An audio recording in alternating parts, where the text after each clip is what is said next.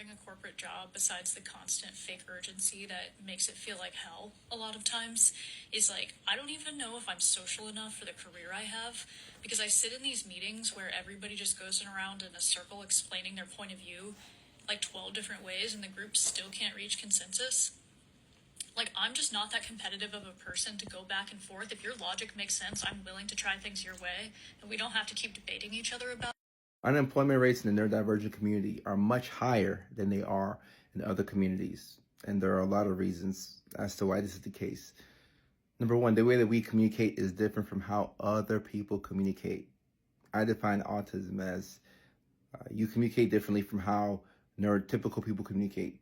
And you experience the world differently from how a neurotypical person would experience the world. So because of these differences in communication, you have to have some type of external support in order to thrive.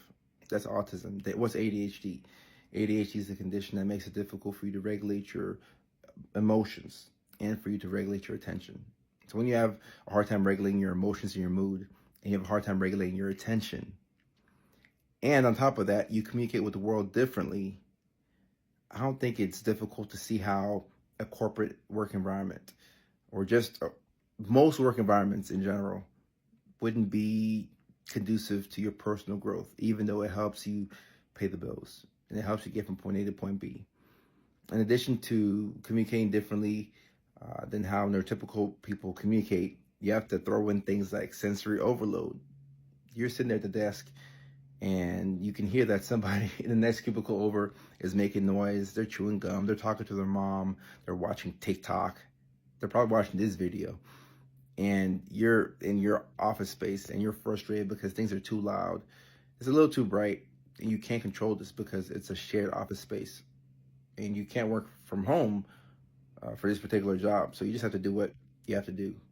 So sensory overload, masking. You have to mask in most corporate environments. So it means that you have to laugh at jokes that aren't funny.